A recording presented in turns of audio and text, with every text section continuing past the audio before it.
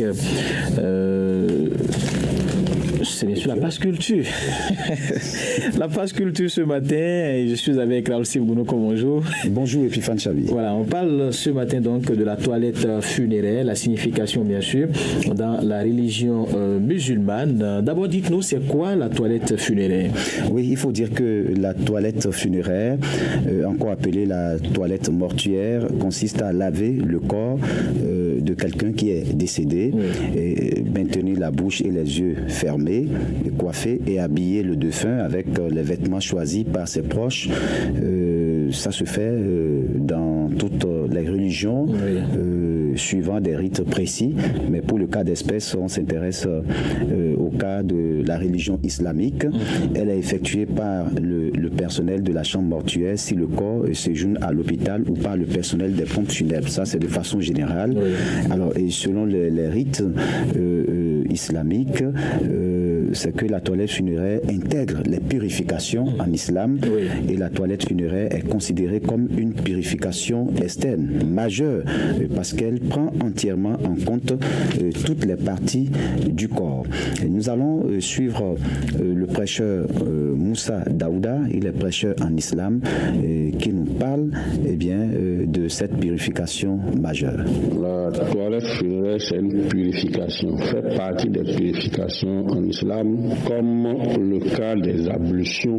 Mais ici, la toilette funéraire fait partie des ablutions majeures externes. En islam, il y a les ablutions internes et externes et les ablutions mineures et majeures. La toilette funéraire fait partie des ablutions externes majeures. Pourquoi externes? Ça, c'est le corps. Quand est-ce qu'on parle de purification interne? Lorsque ça touche le cœur ou bien lorsque ça touche l'âme.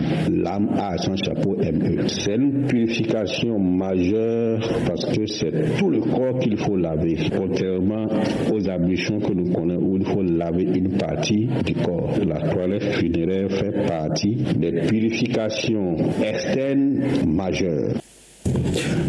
Donc, Raoul Sibgounoko, quel est donc le sens et la portée spirituelle de cette toilette funéraire? Oui, il faut dire, Epiphane Chabi, que la purification en islam est d'ailleurs une prescription du Saint-Coran et une recommandation du prophète.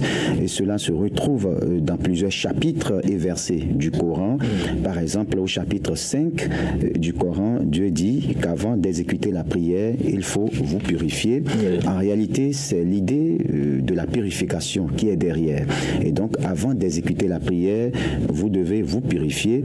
Et le messager a dit, n'exécutez pas la prière sans avoir vous purifié. Donc, ceux qui sont en état d'impureté doivent se purifier. Et pourquoi cette purification? Parce que Dieu est propre. Et Dieu, c'est la pureté. Et Dieu, il aime ce qui est propre. Et puisque l'homme est à l'image et à la ressemblance de Dieu, il doit aussi être propre. Et surtout, quand il veut entrer en relation avec Dieu. Prier, justement, c'est entrer en relation avec Dieu. Donc, il faut se purifier. La toilette funéraire va plus loin et est considérée comme une toilette majeure, en ce sens que c'est la dernière toilette. Donc, le corps est purifié avant de rejoindre Dieu, c'est-à-dire la dernière demeure. Et suivant la loi islamique, la toilette funéraire se fait suivant un nombre impair. C'est-à-dire que le laveur du corps doit s'assurer que le corps est propre, et cela ne se fait pas une seule fois, comme le musulman qui est vivant, comme le fait quand il veut faire sa prière. Vous savez, quand c'est la prière point vivant, l'ablution consiste à se laver le nez, la bouche, le visage, les oreilles, bref, la tête, les mains et les pieds. Ça, c'est ce qu'on fait ordinairement, le musulman fait ordinairement, mais c'est une toilette, quand c'est la toilette funéraire, c'est tout le corps. Nous allons écouter le prêcheur en islam, Moussa Daouda, qui se fait d'ailleurs plus précis sur le sens et la portée spirituelle de la toilette funéraire. Il se fait également plus explicite sur comment se fait cette toilette.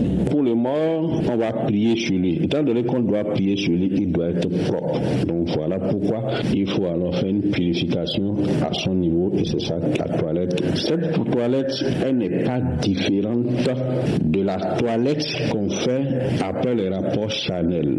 Elle n'est pas différente de la toilette que la femme fait après ses menstrues. Seulement que à ce niveau précis, la toilette aux morts une seule fois et le corps n'est pas propre, on est obligé de faire une deuxième fois et une troisième fois. Et si c'est à la quatrième fois que le corps est propre, on est obligé de passer à la cinquième fois. Donc on doit laver le corps en un nombre impair jusqu'à ce qu'il soit propre. Or pour les autres cas, c'est une seule fois. Donc la spécificité de cette toilette funéraire par rapport aux autres toilettes, c'est qu'on doit le faire en un nombre impair. Voilà, et puis Fan Chabi, en clair, selon les prescriptions islamiques, si vous lavez le corps du défunt une première fois et ce n'est pas propre, le laveur poursuit une deuxième fois. Si c'est à la deuxième fois que le corps est propre, quand bien même le corps est propre, à la deuxième fois, vous devez laver ce corps une troisième fois de sorte à atteindre un nombre impair, ceci conformément aux saintes écritures. Et il faut ajouter qu'il faut porter des gants quand on lave le corps, bien évidemment. Ce n'est pas à main nue, et ceci sans savon. Ça, c'est une précision, et avec de l'eau tiède. Voilà. Merci Raoul Sivgounoukan pour toutes ces précisions relativement donc à la toilette funéraire. Mesdames et messieurs, sans transition, nous allons installer Mansoura Tadeni, Djibril